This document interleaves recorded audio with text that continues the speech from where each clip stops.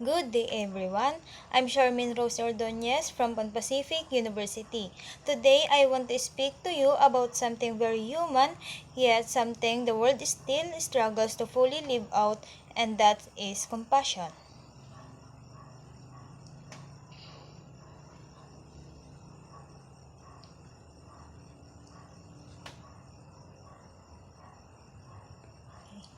We hear the word often in religious settings and charity work, even in political speeches.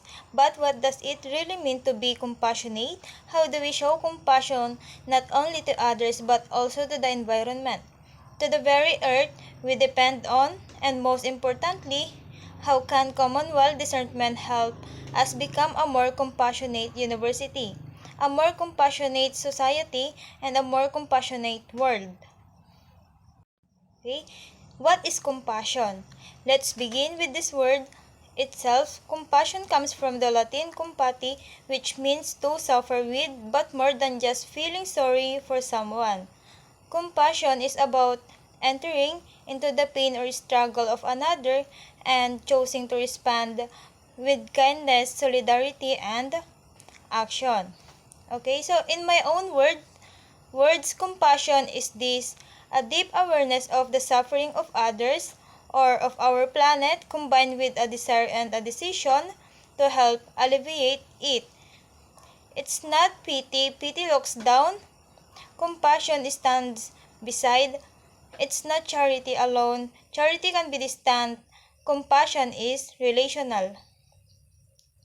It's not just emotion. Emotion fades. Compassion moves. A truly compassionate person doesn't just say nakakaawa naman siya or sayang ang mundo, but rather asks, anong magagawa ko para makatulong? Compassion is not passive, it calls us to act. Compassion in caring for the environment and others. Let's talk about compassion looks when applied to care for others and the environment. Okay, so first is compassion for others. When we see people suffering from poverty, violence, discrimination, or illness, including those living with HIV or struggling in the margins, we can choose to turn away or we can choose to see their face, their story, and their dignity. To care is not just to give relief, but to affirm their humanity and alleviation, since, as we studied, it means being responsible to the face of the other.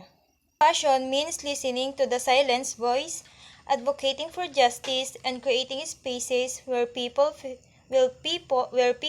seen and safe. That's why institutions, communities, and universities like PU must ground their identity in compassionate service. Compassion for the environment. Now let's shift to the environment. The earth is not just a resource, it is a living system that sustains all life. When we pollute, overconsume, and neglect ecological justice, we harm not just the planet but future generations. Compassionate for the earth means reducing waste not just because it's good policy, but because it protects the vulnerable who are most affected by climate disasters. Advocating for clean energy, green spaces, and sustainable development. Practicing mindfulness in how we consume, travel, and live. In essence, to care for the earth is to show compassion to the poor, the unborn, and the planet itself, all of whom have no voice unless we speak for them. The rule of Commonwealth discernment. But here's the challenge: compassion is not always easy. In a world full of competing interests, economic pressures, and ideological divides, how do we decide what is the most compassionate path forward? This is where Commonwealth discernment becomes essential. Commonwealth discernment is a collective process of listening, reflecting, and deciding together. not just with the mind, but with the heart and spirit. It is rooted in shared values, openness to truth, and a desire to do what is right, even when it's difficult. It is not about voting or majority wins. It's about seeking the common good through deep reflection and dialogue. In the context of PU and any community commonwealth, discernment as to listen to those at the margins. What are the students, staff, or members of the community experiencing? What burdens do they carry? Are we truly aware? Okay, so engage in honest conversations. Are we brave enough to name the problems that we see? Are we creating safe spaces to dialogue? Make decisions together, not just for ourselves, but for others. Are our policies inclusive, ethical, and life-giving?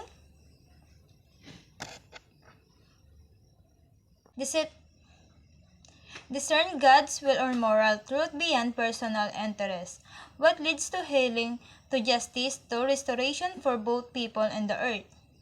By practicing commonwealth discernment, we resist selfishness and short-term gain. Instead, we commit to shared wisdom and mutual compassion. This is what can transform institutions, societies, and PO in a compassionate world. So, what does this mean for PO? It means reclaiming compassion as central to our identity and mission. Compassion must not be reduced to community outreach programs alone. It must inform how we treat our students and staff, how we design our curriculum, and next is how we respond to national issues and global crises. Next is how we form leaders who do not dominate but serve. Likewise, if we want a more compassionate world, we must start with where we are, in classrooms and student councils, in homes, in online spaces. We must be brave enough to see the suffering, honest enough to name it, and united enough to respond with mercy and justice.